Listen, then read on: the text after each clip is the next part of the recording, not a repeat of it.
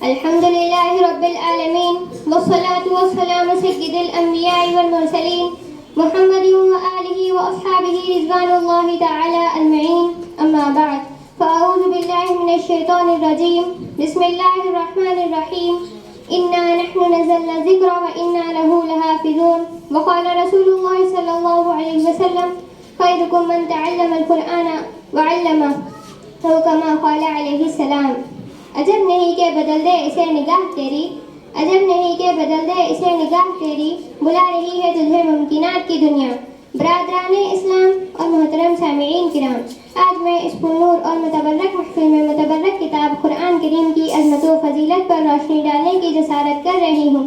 میں اس سرچشمہ رشد و ہدایت، منبع حکمت و شریعت کا تذکرہ کرنے جا رہی ہوں، جس کی حفاظت کی ذمہ داری رب کائنات نے لی ہے. ارشاد سبحانی ہے، انا نحن نزلنا الذکر وانا له لحافظون. ہم ہی نے قرآن کو نازل کیا اور ہم ہی اس کی حفاظت کرنے والے ہیں. امید ہے کہ آپ حضرات بغور سماعت فرمائیں گے. اللہ ہمیں احکام قرآنیہ کی معرفت عطا فرمائے، آمین.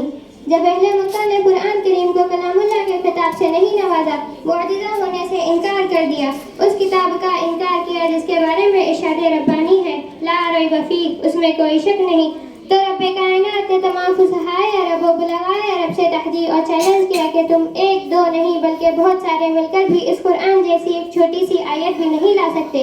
اگر تم اپنے قول میں صادق ہو تو لا کر دکھاؤ. قرآن نے اس طرح نقشہ کھینچا ہے، وَإِن كُنتُمْ فِي رَيْبٍ مِّمَّا نَزَّلْنَا عَلَىٰ عَبْدِنَا فَأْتُوا بِسُورَةٍ مِّن مِّثْلِهِ. اگر تم لوگ اس چیز میں شک کرتے ہو جو ہم نے اپنے بندے محمد صلی اللہ علیہ وسلم پر نازل کیا تو تم اس کے جیسی ایک چھوٹی سی صورت پیش کر دو. فصحائے عرب نے لاکھ کوششیں کی لیکن آخر میں عجز کا اظہار کیا. جب امرؤ القیس عربی کا بہت بڑا شاعر تھا، اس نے انا اعطیناک الکوثر کی صورت باب کعبہ پر دیکھی تو پکار اٹھا کے خدا کی قسم یہ کسی بشر کا کلام نہیں.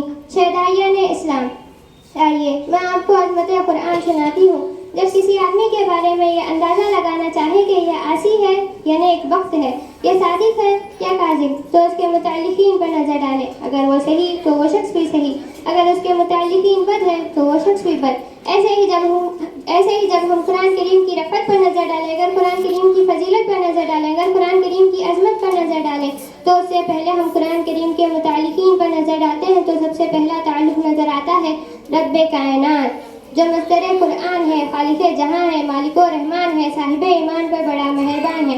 یہی ہمارا ایمان ہے.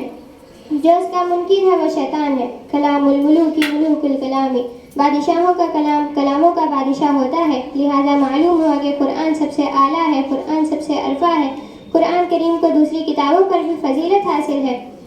آئیے اور متعلقین پر نظر ڈالتے ہیں تو قرآن کریم کا دوسرا تعلق نظر آتا ہے لوح محفوظ. وہ ایک تختی ہے جو عرش کے اوپر ہے. غور کیجئے، جو عرش کے اوپر ہو، جس کی رفعت میں کسی کو کیا شک ہو سکتا ہے، جس کی فضیلت میں کسی کو کیا شک ہو سکتا ہے، جس کی عظمت میں کسی کو کیا شک ہو سکتا ہے.